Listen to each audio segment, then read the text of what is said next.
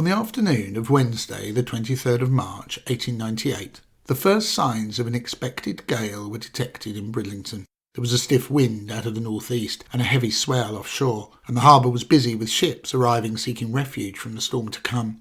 That night the weather deteriorated, and the following day the storm hit, with 50-mile-per-hour winds, blinding hail and swirling snow. By Friday the storm was even fiercer, and in the hope of finding shelter from the elements, some 19 ships had come into Bridlington Harbour, and at least another 12, and possibly as many as 20 were anchored in the bay. The combination of storm waves and ships created a spectacular scene and quickly attracted crowds of onlookers, some even coming by train from Hull and Driffield.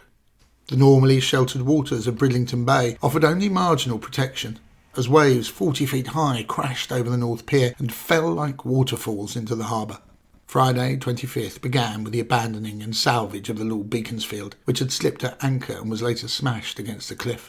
The weather continued to deteriorate, and at about 6 or 6:30 p.m, 2 ships in the bay seemed to signal that they were in need of assistance.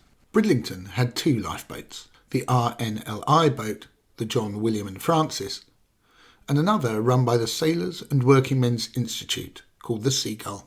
The tide was high, and it was clearly going to be difficult to launch the boats.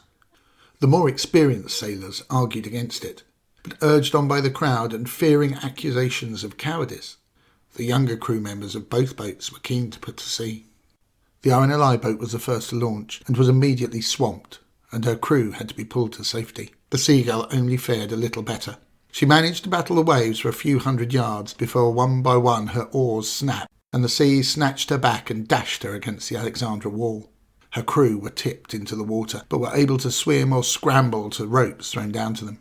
Tragically, Kip Brown, a local fisherman and decorated coxswain of the Bridlington RNLI, who had just rescued 3 men from the water, was swept into the sea and drowned.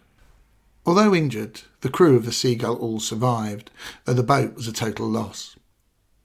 In many ways, the end of the Seagull reflected her beginning.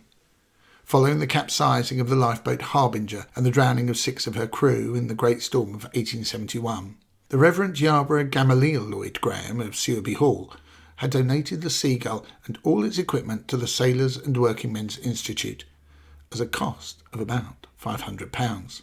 She was 28 feet 8 inches long, with a 9 foot 10.5 inch beam, and was powered by 10 oarsmen. Designed by S.R. Mundy of Hartlepool and built by the North Shields firm of C.W. Dodgin & Co. She was, at the request of the local fishermen, small, stable and easily launched from the beach. After the storm, the wreck of the Seagull was recovered. Despite being damaged beyond repair, her public service was not quite over, and her remains were put on display to raise funds for the injured lifeboatman and the family of Kip Brown. At last, in November 1898, she was broken up, and the remains were auctioned as firewood by Messrs. Taylor and Sons of Bridlington Quay.